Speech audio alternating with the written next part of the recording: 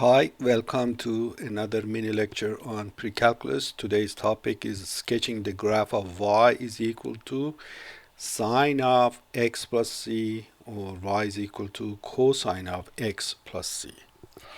Let's go back and review, see what happened. Of course, at the very beginning we started with what's a graph of sine of x, or y is equal to cosine of x. Next up, we looked at the graph of some number times sine of x. I'm not going to repeat this one again.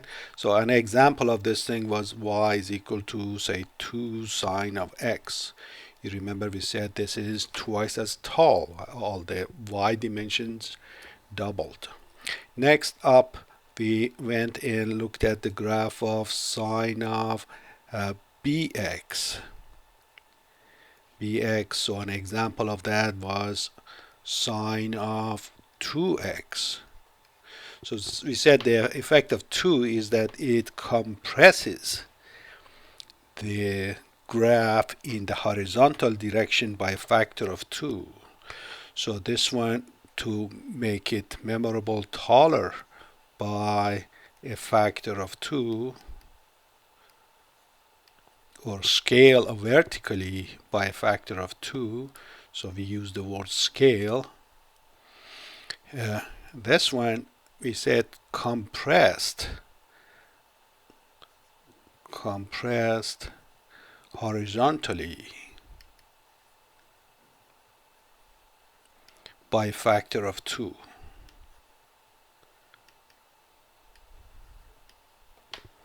Okay, and then we had the very easy case of y is equal to, say, sine of x plus d. So an example of that was, say, sine of x and then plus 2. So this was example of shift up by 2. What we are looking at today is the issue of y is equal to sine of x plus c. So that would be like y is equal to sine of x plus 2. And to make it short, this would be shift left by 2. This is very similar to what we had at the very beginning of a semester. At that time I said we are going to revisit this issue. Here is answering to that promise. That is what we are after. Now, every single individual example here is going to be easy to follow and agree with, and so on and so forth. The challenge comes up when all of these things are mixed up, and then you have to find out what is the correct transformation that applies to you. Meaning, if you look at these four outside of this lecture, would you quickly say within a few seconds as to what is happening to the picture? And you need to practice these problems and go over it multiple times to become comfortable with it. Also at the beginning of semester we said that you can go ahead and memorize individual transformation. That's fine. And also you want to try to understand what is under the hood and what is causing all of these things. So next up after this lecture, what we are going to see is a combination of all these movements. These are so-called simple movements. And then we are going to have compound movements, meaning one of these things followed by the other one, followed by the other one, and so on. In fact, you can have all four of these things combined at the same time. That is, you can have a sine of bx plus c plus d. That is a, b, c, d. All four of them are in the problem. And this little app that I showed you, it's actually designed based on that principle. You have A, B, C, and D, and maybe it's a good example to go and start our lecture today by taking look at this. So I picked the sine function. This is the parent sine function. It shows 1 sine of 1x. Well, what if I want to add a quantity to my x inside the parentheses? You see it became 1x plus 0.5. As you slide this thing, every time it goes up by 0.5. So now it's 1, now it's 1.5, now it's 2, 2.5, and so on. Now if I go back to 0, start moving, uh, you see that the graph is moving. How does it move? For example, focus your attention to these points at pi and 2 pi. These are the intersections. As I add a half, what happens? The intersection that was at pi moved over to here. The one at 2 pi moved here. If I go at 1, from this point I had come to that point, and from that one to here, so I am shifting toward left. This is x plus 1, and the graph has moved to the left by 1, and so on. As I change this, I march toward left. Is that right? So now let me go back to 0. What if I subtract? So let's subtract 0.5. What happened? I came to the right by half. Let's subtract more. Like here's, I am subtracting 1. I move to the right by 1, and so on. So subtracting makes us move to the left. Adding makes us move to the what did I say? Let me repeat myself. Subtracting makes us move to the right, and adding makes us move to the left. So let's go back to our example and see what we are going to do in homework that we are facing. So as of now, we are still looking at individual movements. So I have just an A here, just a B here, just a D here, and just a C here. But you have to understand all of these things very well, so that combination of all 4 of them will be easy to digest. Let's go take a look at some of these problems. So first one, y is equal to sine of x plus pi over 4. So adding 5 over 4 to x, what does that do? It causes shift left by 5 pi over 4. But let's go ahead and see what does this mean in picture, and then also explain, well, where do you get this thing that this is shifting left? Now, very conveniently, all of these graphs are, the rules are created so that you will have an easy time figuring out where everything going. So you see 5 pi over 4, and you see that this pi is divided to 4 sections. So each of these things is pi over 4, so that when you're using your pen here, you not have a hard time.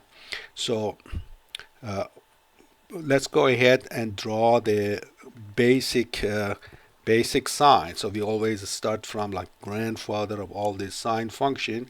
It has these 5 points on it. Is that right? At 0 we are 0. We come up to, this is pi over 2, of course, at which we are 1. Then we come down to pi 0. Then we go below the x-axis. Then we come back up. So we have this wavy looking thing, and this is of course 3 pi over 2, where we are minus 1. Okay, shift left means what? Shift left means this point is go to the left by 5 pi 4. Well, how do we do 5 pi 4 here? It's not a very comfortable number, but the graphing here is making us easy for us. Each of these is a pi over 4. Is that right? Because this is pi, and obviously divided by 4 sections. So 1, 2, 3, 4, 5. This is 5 pi over 4. So I have this is 5 pi over 4 left. So this point comes to this point. Let me label them maybe A. Let's call this thing A prime. A came to A prime. Similarly, this was as pi over 2. I'm going to go left by 5 pi over 4. So 1, 2, 3, 4, 5. So this is, let's call this one say B, and this came to B prime. Or another way, from the start to this maximum point, we have gone through pi over 2, and here also this section we are traveling to the right has to be pi over 2. How about this? Let's call this thing point C, moving left by 5 blocks. So 1, 2, 3, 4, and 5. This is my 5 blocks. I'm at this location, C prime. How about this low point? Low point, 3 pi over 2. I have to go left by 5 blocks. 1, 2, 3, 4, 5. So let's call this thing D. So D came to D prime. Shift left by 5 pi over 4. Pi over 4 is one of these blocks. You're going to left by 5 of these. And then we have E. 5 of these will bring us to this location. So maybe I use a different color here. And let's see if the gray is going to show. So I'm going up, down here, to here, and then back up to this location. I forgot to label that. That is going to be our E prime. So all that has happened is that we went to the left. So 1, 2, 3, 4. Let's see, 1, 2, 3, 4, 5. Left by 5 pi over 4. So it says show the x-intercepts. X-intercepts are like the A prime, C prime, E prime.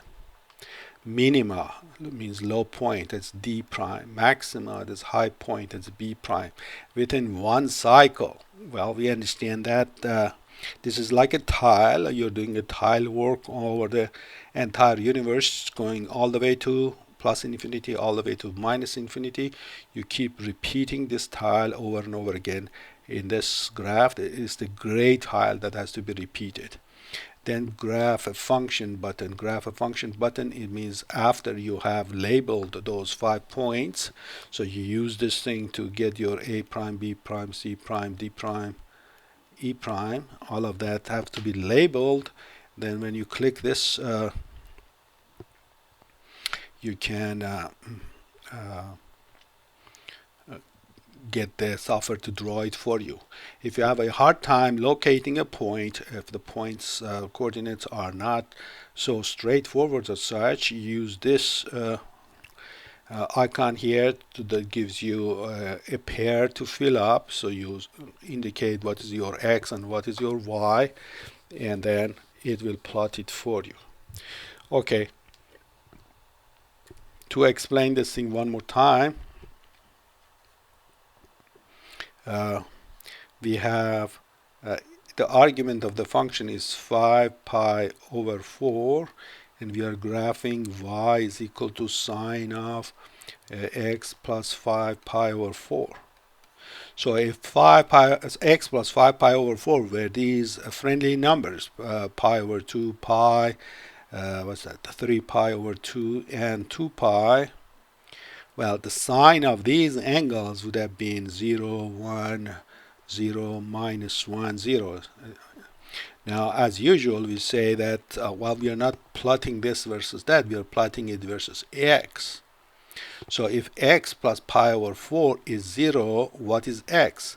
If x plus 5 pi over 4 is equal to 0, what is x? Well, obviously, you take this thing to the other side and get minus 5 pi over 4. That is minus 5 pi over 4 plugged here gets you 0, and the 0 sine of that is 0. And then you repeat this game for all of these 5 points. What is it that we are labeling here? We are labeling, this is point A prime. A prime has a x equal to this and a y is equal to that. Then how about pi over 2? Same story. We say x plus 5 pi over 4. If it wants to be pi over 2, what is x going to be? So you take a common denominator of 4, and then you have pi minus, well, you have 2 pi minus 5 pi. When you subtract, you get minus 3 pi over 4. So here is minus 3 pi over 4. What point are we talking about? We are talking about point B prime, where x, here's x, minus 3 pi. So this one, A prime, let me remove the clutter here. So we have this one at minus 5 pi over 4. This one is a minus 3 pi over 4. Pi, same story. Let me see if I can find some space. So x plus 5 pi over 4 is equal to pi now. Pi, we subtract 5 pi over 4 from pi, we get minus pi over 4. So I get minus pi over 4. What point is that? That's the point C prime. And this is what we are talking about, this one, which is at the point minus pi over 4. What else? When x plus 5 pi over 4 is equal to 3 pi over 2. Well, solve this thing to figure out what x is. Take a common denominator 4, double that becomes 6 pi, subtract 5 pi, and out comes pi over 4. So where is that? That's a point D prime. So this is pi over 4, and that's a point D prime. Here, this is at pi over 4. This is pi over 4. And finally, at 2 pi, let me go back to my color. This is when x plus 5 pi over 4 is equal to 2 pi. How do we get the x? Take a common denominator. 2 pi becomes 8 pi, and 5 pi comes to the right, becomes minus 5 pi, becomes 3 pi over 4. Or do the subtraction however they taught you in high school. Just do the subtraction, and then you get at, this is the point E prime, where x turns out to be 3 pi over 4, and this is 3 pi over 4. Now, instead of individually calculating each of these, that's the safest way to go, individually look at them. But what happens is that they are all equidistant from each other. So once you find that that distance is pi over 2, you can just move to the right by that much and get your points. And that's how these 4 points can be labeled, because they are all pi over 2 from each other. Okay, so that is how we handle this. So this table explains to us the reason behind this important phrase that we have, shift to the left. So even though this is plus, we are shifting to the left. That is something that needs to be understood as clearly as possible. If you add a number to x, you move to the left by that amount, which is going to be a challenge for you, because here we said if you add a number, you go up in the positive direction.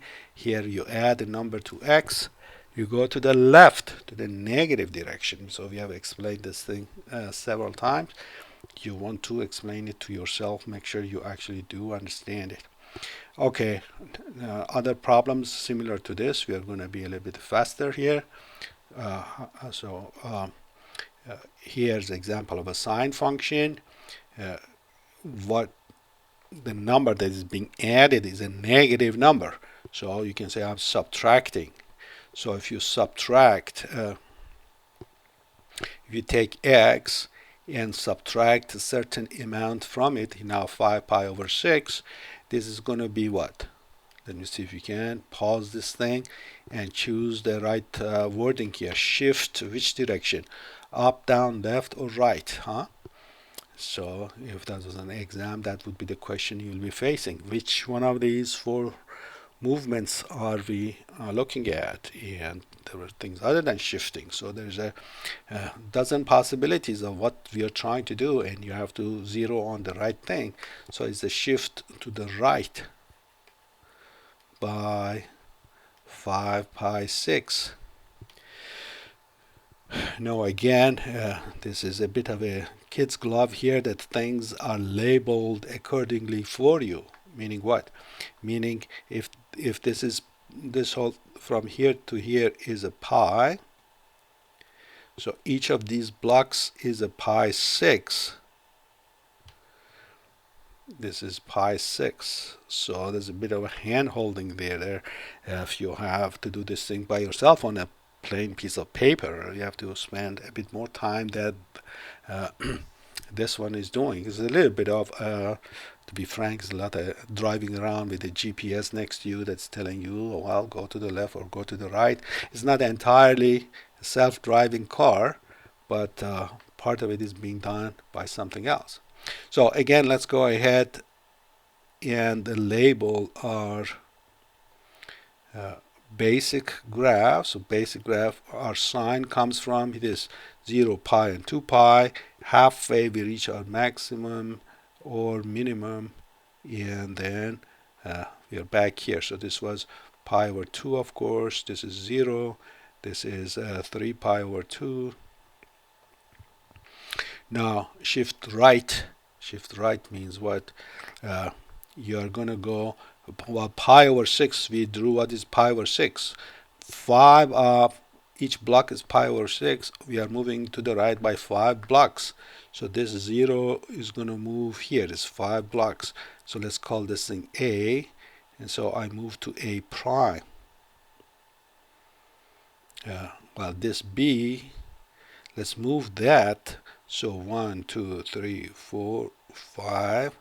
This is B prime. And then now it's going to be a bit crowded here. Let's see. So this intersection here, let's label it. Maybe I should use different colors so that so the original, let's call it in red, and the new one will be in green. So this is let's call it C. Now I'm going to move that to the right, and that's going to be 1, 2, 3, 4, and 5. This is going to come here, and let's call this one C prime. Well, it looks crowded, but that's the best we can do here, C prime. And then what else? So we have this one is D. We are going to move to that right, 1, 2, 3, 4, and 5, and this is our D prime. And finally, this is our point E, and I'm going to come to the right by 5 pi 6. 5 pi 6 is going to bring me here. That's going to be what's supposed to be green, so E prime. So once we have these 5 points labeled, then so you can pinpoint a point with that pen. If you have a hard time figuring out the location, you can give the coordinates and it pinpoints it for you. Once you have all the 5 points, then you click on that, and that curve drawer graph a function interpolates between these points and draws it for you. Okay, and then the important thing is, where do you get shift to the right? So let's explain that again. So our argument is x minus 5 pi over 6, and we are calculating sine of this expression. Now we talk it out like this. If this expression were any of these five magically simple numbers for us, sign of these quantities would have been easily 0, 1, 0, minus 1, and 0. Well, we are not graphing versus that, we are graphing versus x. So if x minus 5 pi over 6 is any of these quantities, what would the x be? Well, what do? You set x minus 5 pi over 6 equal to 0. When you solve it, you get what? You get 5 pi over 6. So what did I do? Let's see if we can do this thing cleanly here. If I say x minus 5 pi over 6 equal to 0, what is my x? X becomes, well, 5 pi over 6. That's easy. Where is that? That is the point, we call it A prime. Next we go after this. So, well, if x minus 5 pi over 6 is equal to pi over 2, what is x going to be? Well, what do? You say pi over 2 minus 5 pi 6. 5 pi 6 comes to the right hand side, becomes positive. Then you add the two of them. Perhaps I take, well, let's see, common denominator 6, multiply this thing by 3, so 3 pi over 6, same as pi over 2, and you're adding 5 pi to it, so this is 8 pi over 6. Don't bother simplifying this, probably is going to make life harder for you.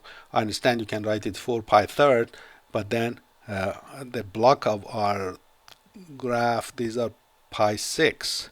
So let's keep that 8 pi 6. That means the location of this, which is 8 pi 6, that's our B prime. That B prime here is 8 blocks from the origin, like here 1, 2, 3, 4, 5, 6, 7, 8. This is, I came to 8 pi 6. That is where my x is. So I drew it up there so that you see what's the significance of 8 pi 6. So either you find B prime like this, you give the coordinate this way. So if you're using this coordinate location, you have to give 8 pi 6 and 1. So if you open this, you want to coordinate you want to give is 8 pi 6 and 1. That is the coordinate of B prime, and it's going to put a dot at B prime for you. That's one way. And the other one is if you're doing it by hand with just a pencil, you make sure your hand is not shaking like mine is, and you put it at B prime, and you label that point, and then you're all set. Next up, well, how about here? What is the answer in that case? So we'll have x minus 5 pi 6 is equal to pi. So how do I solve that? I take a pi, take 5 pi 6, add to both sides, take a common denominator, so 6 pi plus 5 pi, so that's 11 pi 6. So the location of this, we call it C prime. C prime is this one. This is at 11 pi 6. That's at 11 pi 6. And so if you want to give the coordinate to the to this point plotter, you say that is 11 pi 6 and 0. Next, the 3 pi over 2. So let's see if we have room here. So I say x minus 5 pi 6 is 3 pi over 2. So 3 pi over 2 plus 5 pi 6.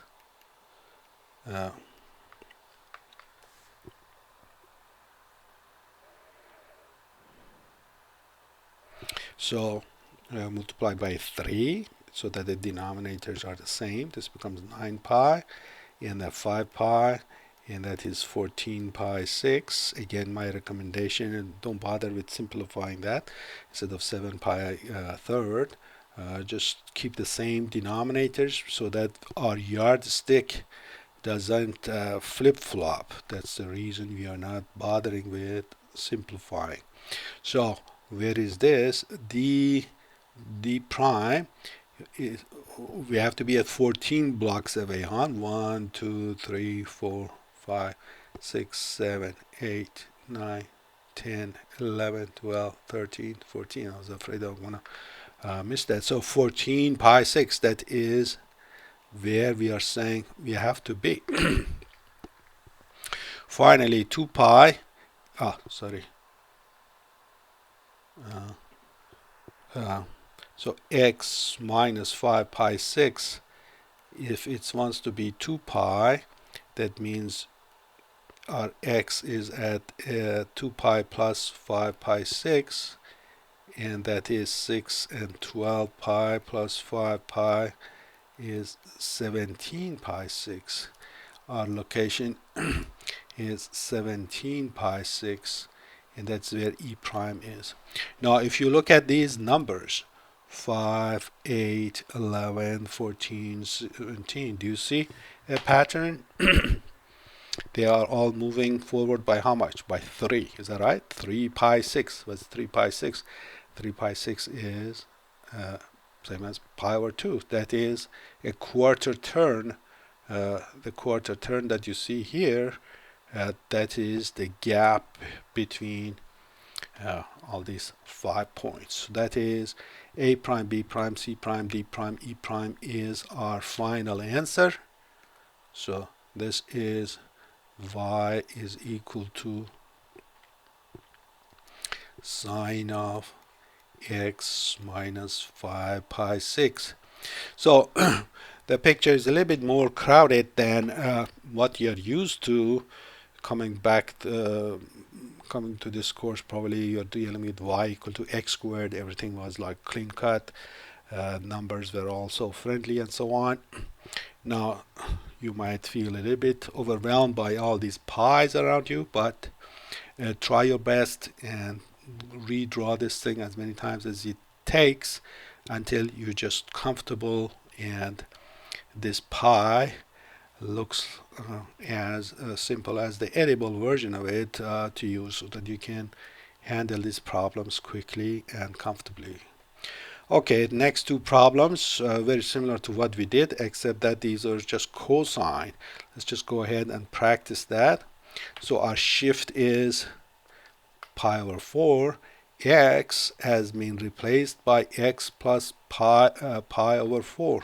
What does this do? Shift, let me see, you pause this thing and answer this. Shift which direction? Again, choices are up, down, left, or right. Where do we go? Shift, so did you pause and come back? Yes, shift left by pi over 4. Again, this is a bit of hand holding here. Each of these blocks are pi over 4. This is pi and conveniently divided to 4 for you. And so moving left, well, let's go ahead and graph our basic cosine. So basic cosine starts from here, takes a nosedive, comes down here, and nice and smooth, and goes up there. So this is y is equal to cosine of x. What do we want to do? Shift it to the left. Shift it to the left means this. Left how much? It's just one block. So let's label these points as A, B, C, D, and E. Just move left. So left, here's A prime, here's B prime, here is C prime, here is D prime, and here will be E prime. So you label these 5, and You got it made. Y is equal to cosine of x plus pi over 4. And same recipe. Why do you say shift to the left? Here's an explanation. I have argument of my function pi x plus pi over 4. I'm carrying cosine of this expression. So if my angle, the input expression is 0, pi over 2, pi, 3 pi over 2, or 2 pi, my cosine of 0 is 1, cosine of pi over 2, 0, pi minus 1, 3 pi over 2, 0, 2 pi is 1 again. Once again, we are not graphing versus x plus pi over 4, we are graphing versus x. So if x plus pi over 4 wants to be this quantity, what is x? So I take that, set it equal to these numbers, solve for my x, and see what numbers I get. I get minus pi over 4. I'm going to get pi over 4. And then this one I'm going to get 3 pi over 4. So you are going to do all of these steps. 5 pi over 4. And then 7 pi over 4. Where do I get all of these things? Let's just do one example. Suppose, where did I get 3 pi over 4 from? I said if x plus pi over 4, that's this, is equal to pi, what should x be? Well, subtract pi over 4 from both sides. You take a common denominator, 4 pi minus pi, get 3 pi over 4, and that's the explanation for that. So if I wanted to give coordinates for these things, what would this be? This is a prime, this is b prime, this is c prime, this is d prime, this is e prime. So for example, in this case, if I'm using the point plotter here, my coordinates are 3 pi over 4 and minus 1. 3 pi over 4 and minus 1. That's what gives me C. And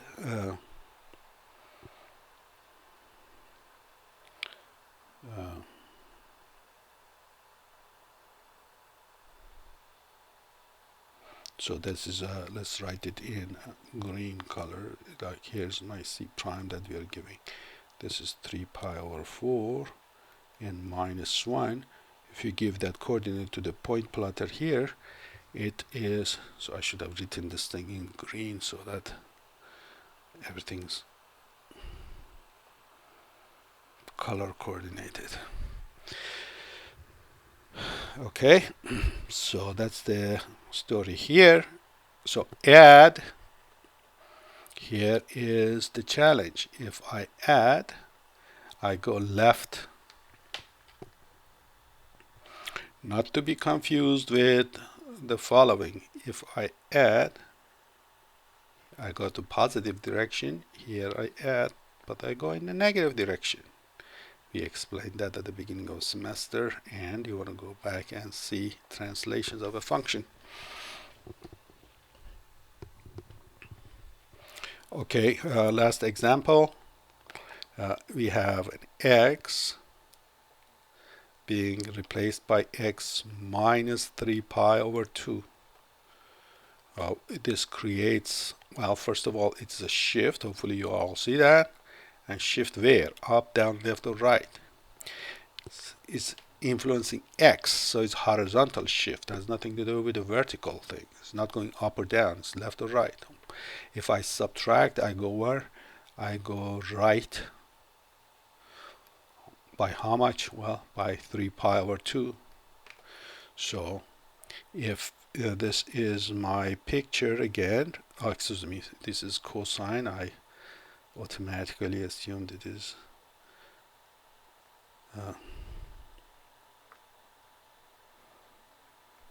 okay, make sure you bend it like Beckham, as they say. So you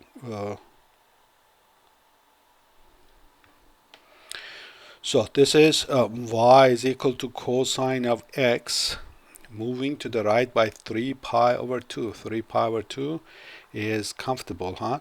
Now this, unlike the other pictures where the size of our blocks match this, uh, the, each of these blocks, you notice pi over 4, of course. So this is pi over 2, uh, 3 pi over 4, pi, 5 pi over 4. This is 3 pi over 2. So here we have to be careful. This is 3 pi over 2. Well, this is 3 pi over 2. Is that right? That's how far we are going to the right.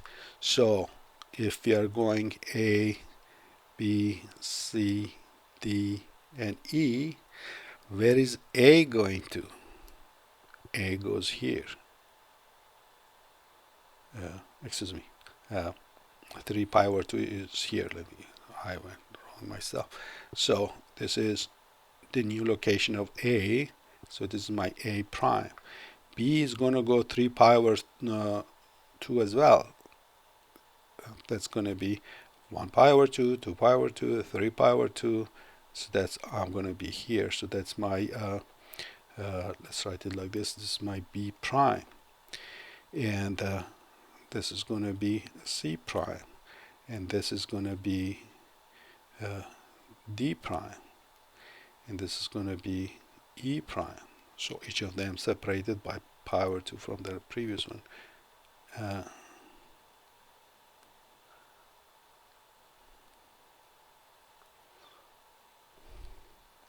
So y is equal to cosine of x minus 3 pi over 2.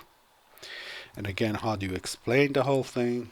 Mathematically, you say, okay, I had x minus 3 pi over 2 as my input. I was taking cosine of this creature, 3 pi over 2. First, I let this to be my comfortable angles, so which these are the angles that are most easily accessible to me. Cosine of these things is 1, 0, minus 1, 0 again, and 1. And then the question is, well, how about x? Who is x? And where did the point go? So the points, we are calling them A prime, B prime, C prime, D prime, E prime. So I take x minus 3 pi over 2, set it equal to 0, and I get my, well, 3 pi over 2. 3 pi over 2. That's where A prime is. So let me, so this is y is equal to cosine of x, and our A prime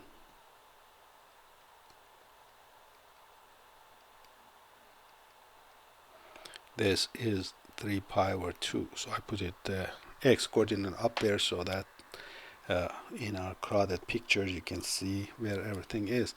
B prime B prime is where? B prime is at 2 pi, and then C prime, where is C prime, is going to be 5 pi over 2, and what is this one is going to be 6 pi over 2, which is just 3 pi. And how about this one? It's going to be 7 pi over 2, and so on. So I let you fill in all the detail for that. So notice that our job is a little bit more crowded than before. You might be able to get away by the fact that the software is doing much of the job for you, but don't get too comfortable with that digital help. Imagine that every now and then that GPS wouldn't work and you have to figure out your way through the roads by yourself. So put that crutch aside and then try to walk independently. So up to here we had what? We had 4 versions of transformations of a function.